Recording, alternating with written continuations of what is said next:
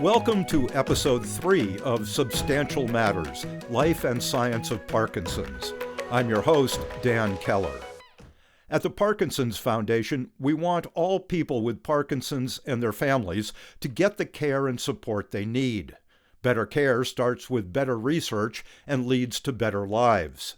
In this podcast series, we highlight the fruits of that research, the treatments and techniques that can help you live a better life now, as well as research that can bring a better tomorrow. Today we're speaking with Professor Bas Bloem, a movement disorder neurologist at the Radboud University Medical Center in Nijmegen, the Netherlands, a Parkinson's Foundation Center of Excellence. We're talking about the value of exercise and some of the barriers that people with Parkinson's face in getting enough exercise. We all know exercise is good for cardiovascular and general health. Dr. Bloem says that besides helping with the motor symptoms of PD, exercise can have a positive effect on non-motor symptoms and may even slow down the progression of the disease. We spoke at the World Parkinson Congress last September. Fill me in on what we know about the value of exercise and how we know it. Well, one thing we know for sure is that people with Parkinson's are more prone to lead a sedentary lifestyle.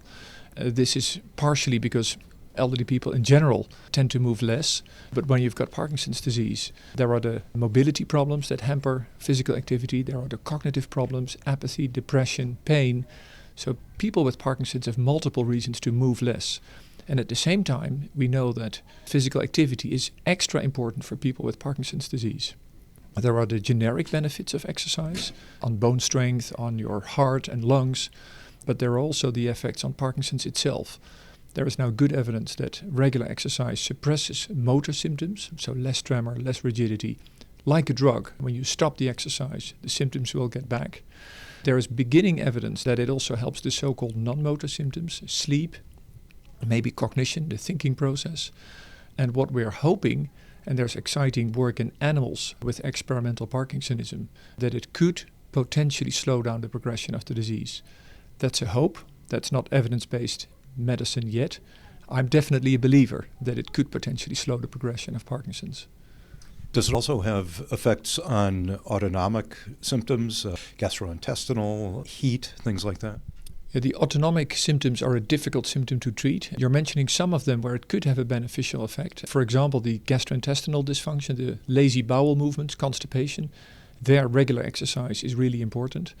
People with orthostatic hypotension, the drop in blood pressure when you rise, may actually have some problems when they exercise, because after exercise, the blood pressure may drop particularly strong, so people can faint after exercise. That's not to say you shouldn't exercise, but that you should take precautions immediately after exercise. Probably consult a physical therapist to guide you in doing the right exercise. For other autonomic symptoms, I would say there is less evidence that exercise helps. Are there any particular forms of exercise that are better than others, or it's just whatever someone's going to want to do? That's a good question. We think it's more important that you do something that you like, and so that you continue to engage in that particular physical activity. We do feel that the so-called aerobic component is important, so cranking up your heart rate and making sure that you have a bit of a loss of breath while you're exercising. You should still be able to maintain a conversation. That's sort of a rule of thumb. But whether you exercise by running or cycling or swimming, that really doesn't matter as long as you keep doing it. I think you alluded to evidence for slowing down the progression of the disease.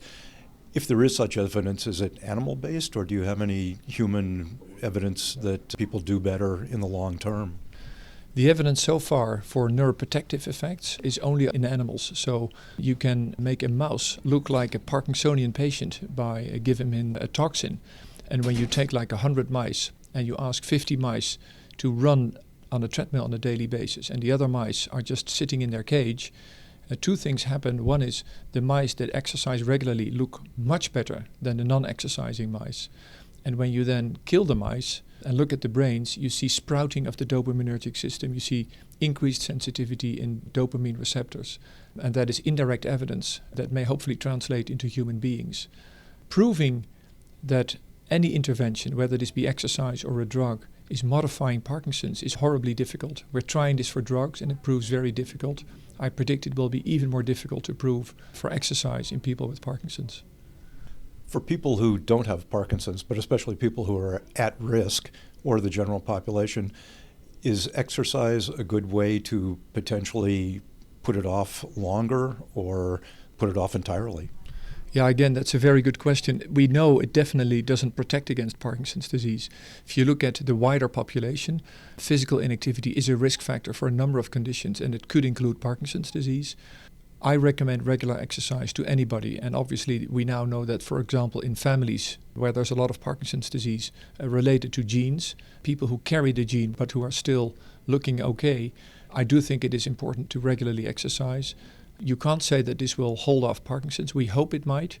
It's definitely not a guarantee, because I've had marathon runners who developed Parkinson's, for example. So there's some hope.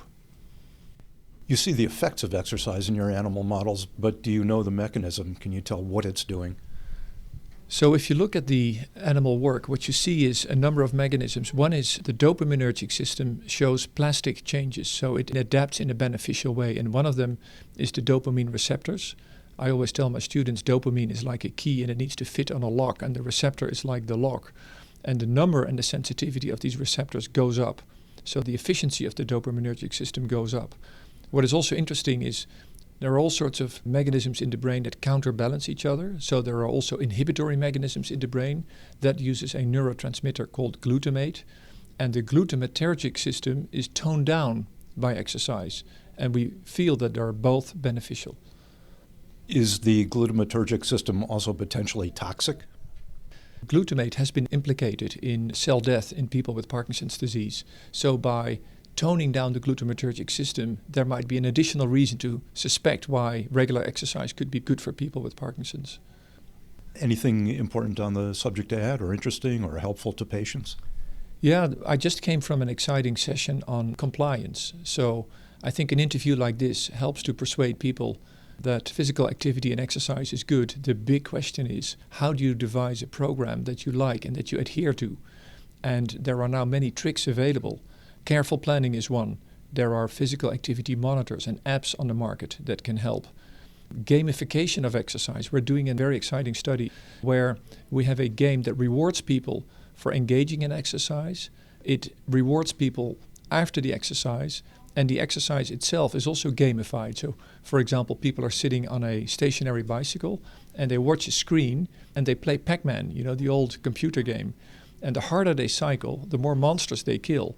So at the end, the patient thinks he's killed 12 monsters, but in effect, he's exercised for 45 minutes at 70% cardiac output.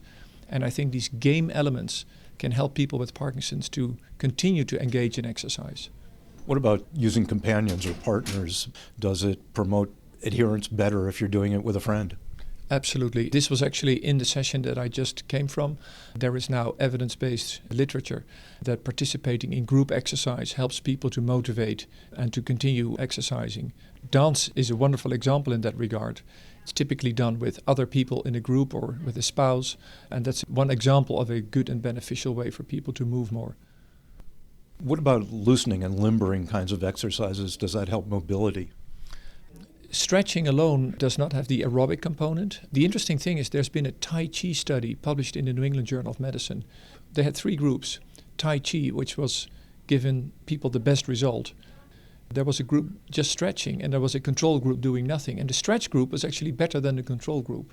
So we do feel that stretching has something beneficial to offer for people with Parkinson's. I wouldn't say that stretching alone is enough, but it might help to loosen up the limbs.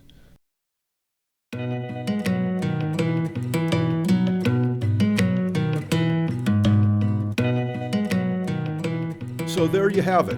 If you want to find exercise programs and classes near you, call our helpline at 1-800-4PD-INFO or go to our website at parkinson.org/search. And if you want to leave feedback or comments on this podcast or any other subject, you can do it at parkinson.org/feedback. We will respond to some questions in future episodes. At the Parkinson's Foundation, our mission is to help every person diagnosed with Parkinson's live the best possible life today. To that end, we'll be bringing you a new episode in this podcast series twice a month. Coming up in our next episode, we will continue our conversation with Professor Bloem when we'll discuss nutrition, a relatively new focus in Parkinson's. Till then, for more information and resources, visit parkinson.org or call our toll-free helpline at 1-800-4PD-INFO. That's 1-800-473-4636. Thank you for listening.